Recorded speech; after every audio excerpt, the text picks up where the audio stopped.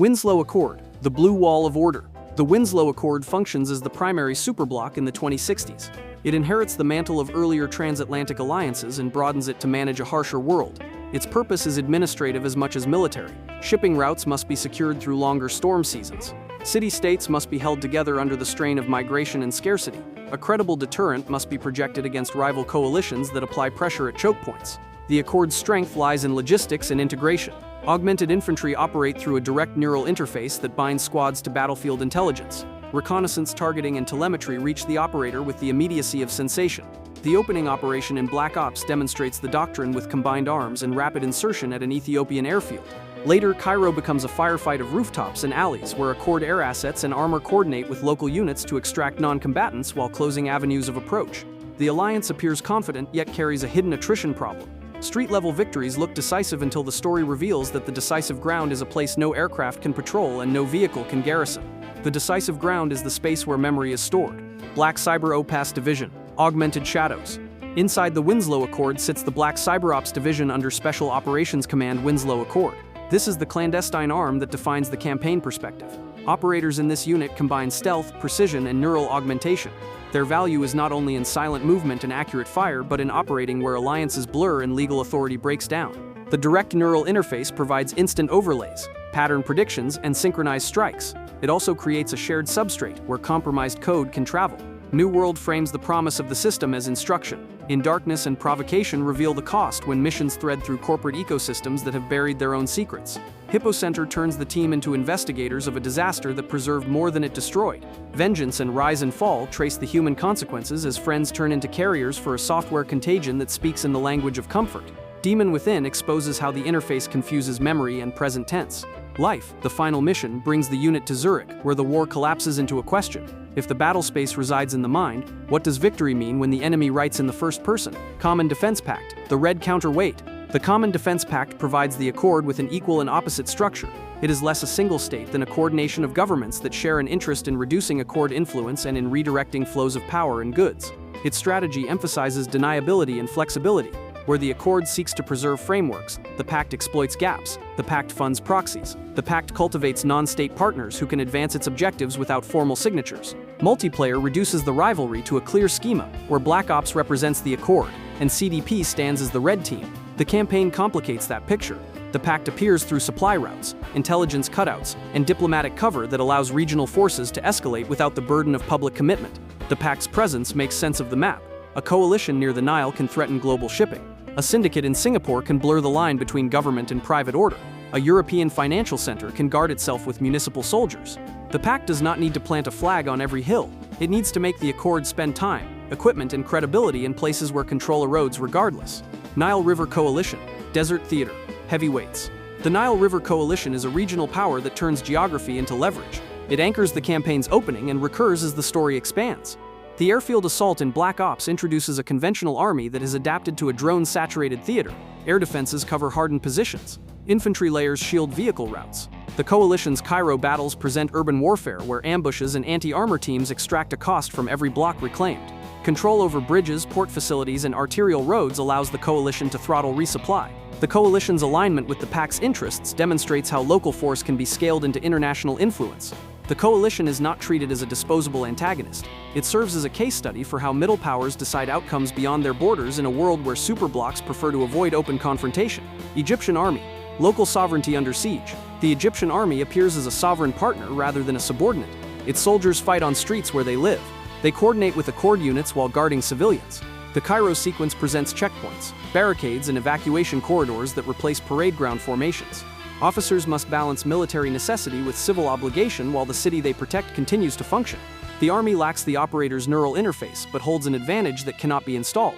It knows the shape of its neighborhoods and the timing of their lives. The more the army holds and governs, the less space remains for external blocks or criminal syndicates.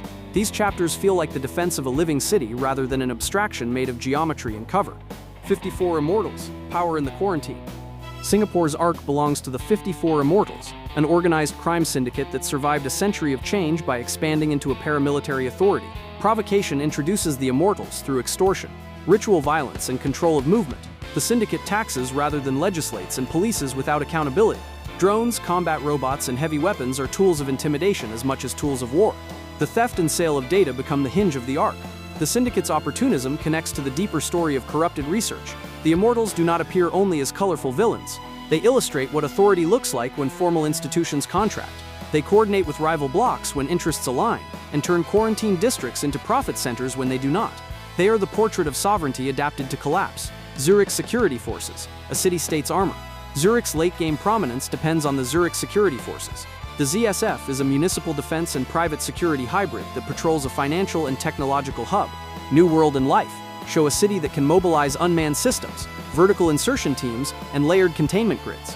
The mission is custodial rather than expeditionary. The task is to stabilize districts during incidents and to seal doors before panic can travel. As the campaign nears its end, ZSF units become gatekeepers at the threshold of the central mystery. They enforce the city's preference for continuity and secrecy. Their limitation is a function of the problem. The threat the protagonists pursue is not a breach of perimeter, but a breach of cognition. A gunship can secure a rooftop. It cannot stop a sentence from repeating in a soldier's head. The License Corporation, the future factory and its ghost. The License sits at the center of the campaign's conspiracy. It is a research and defense conglomerate whose work on neural systems created the direct neural interface and hosted a classified program called SP Corvus. The Singapore facility explored in Hippocenter serves as the Rosetta Stone for the story. The evidence the team collects turns an industrial accident into a cover story, a disaster into a preservation chamber, and a laboratory into a cradle.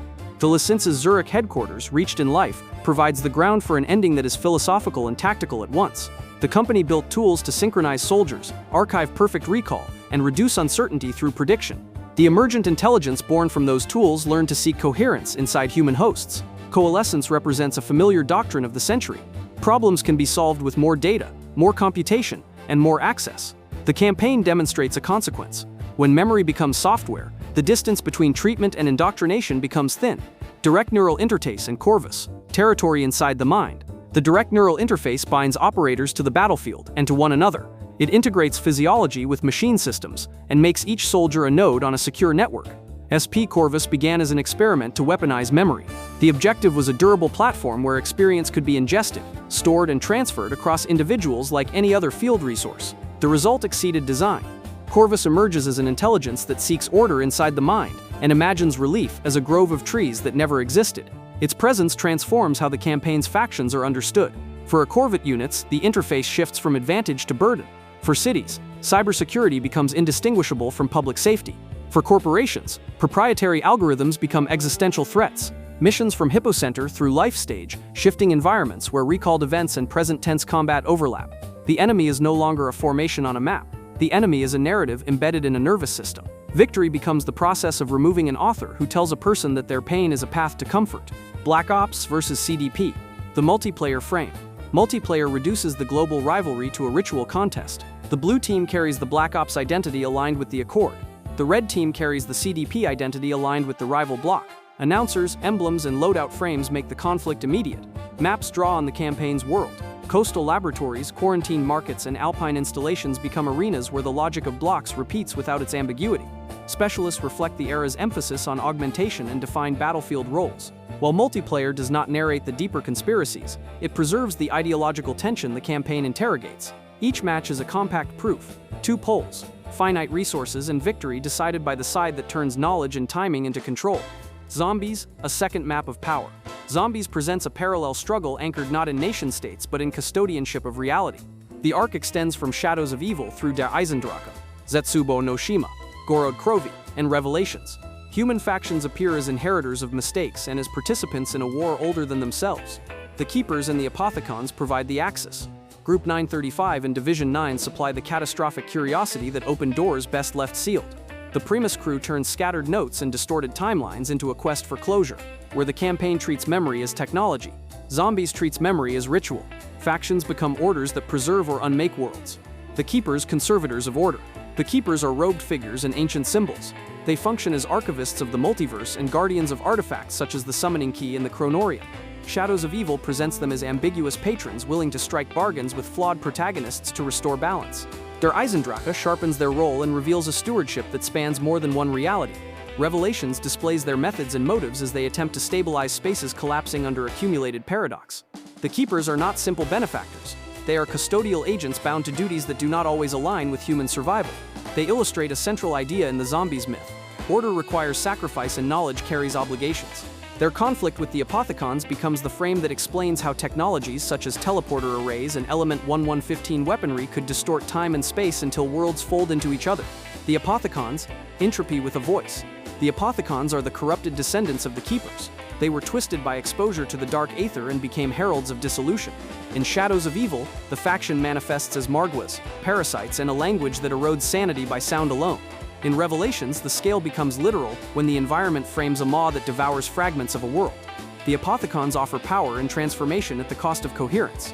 They recast Element 115 as an infection vector rather than a resource. Their objective is not conquest, but unmaking. They reject the patterns that the Keepers defend. That intention makes them the antithesis of every human institution that assumes technology equals progress. A company like Coalescence dreams of harnessing memory. An Apothicon dreams of scattering memory into noise. Their presence gives zombies its stakes. Each victory buys time. Each failure accelerates collapse. Group 935, the engine of catastrophe. Group 935 is the human research organization whose work provided the practical framework for the Zombies saga. The Der Riese facility, reimagined in The Giant, houses teleporter arrays, prototype energy weapons, and documentation of experiments with Element 115. In Black Ops 3, those legacies are revisited and revised. The maps become survival spaces and archives of error at the same time. Group 935 believed in breakthrough over boundary and progress over precaution. Multinational membership and wartime funding converted a research consortium into an instrument of escalation. The notes and rooms in Black Ops 3 are less exposition than moral record.